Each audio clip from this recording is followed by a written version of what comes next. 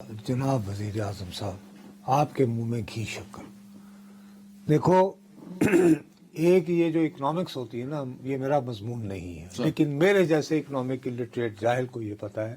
ایک کہتے ہیں میکرو اکنامکس، بڑی سطح کے اشاریے ہے کہ جی آپ کی جی ٹی پی، جی این پی، ٹھیک ہے، اسی طرح انفلیشن، افراط زر. اب یہ مقابلہ کس سے کیا جا رہا ہے کہ سنگل ڈیجٹ میں آ گئے؟ بالکل آ گئی، دیر از نو ڈاؤٹ. لیکن کون سا سال سے آپ مقابلہ کر رہے ہیں اس کا؟ کس برس سے کر رہے ہیں؟ پچھلے برس سے ہی ہوگا نا. ٹھیک ہے جی، ہو گئی. عام آدمی کا کیا مسئلہ ہے؟ ہوتا یہ ہے کہ میکرو لیول پہ یس، ہم آپ پہ جھوٹ بولنے کا الزام نہیں لگا رہے. غریب آدمی تک، اس کو غریب آدمی کو تو چھوڑو، وہ تو پس گیا، ذلیل و رسوا ہو گیا. اچھی بھلے متوسط مڈل کلاس طبقے تک کیا یہ افراط زر کا امپیکٹ جا رہا ہے؟ نہیں. کیوں؟ اس کے بنیادی کچھ اشیاء ہوتے ہیں.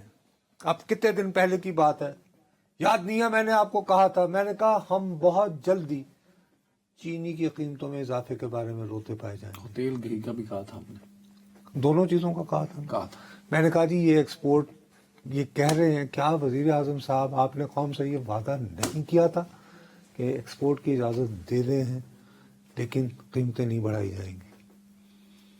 اب ویسے ہی تمہیں پتا ہے خوشحال ترین زمانوں میں بھی ہمارے ہاں ایسے ظالم ہیں، ہمارے ہاں کے منافع خور لوگ کہ رمضان المبارک کا آغاز ہوتے ہی قیمتیں بڑھنے سے. اچھا، اب گھی جو ہے اور چینی، یہ دو کتنی لازم اشیاء ہیں اور بڑی ضروری ہوتی ہیں.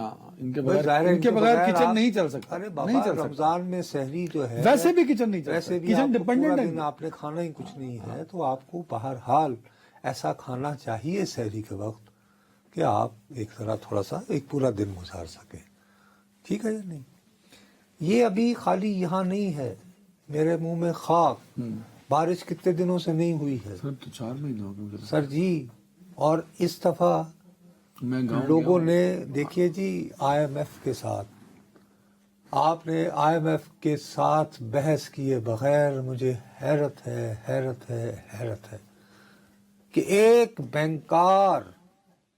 بینکر وزیر خزانہ جن کا اپنا تعلق جو ہے کمالیہ سے ہے اور کاشتکار گھرانے سے ہے، وہ یہ بات نہیں سمجھ پایا کہ سپورٹ پرائز کتنی امپورٹنٹ ہے. یہ کیسے؟ آپ میں اتنی کنونسنگ بات نہیں ہے. کس لیے ایکسپرٹ ہوتے ہیں یار؟ ٹیکنوکریٹ کس لیے ہوتے ہیں؟ اسی لیے بٹھایا جاتا ہے. ٹیکنوکریٹ اس لیے بٹھائے جاتے ہیں کہ میں اگر آئی ایم ایف سے بات کروں گا، وہ کہے گا یہ تو آپ پاپولسٹ باتیں کر رہے ہیں جی.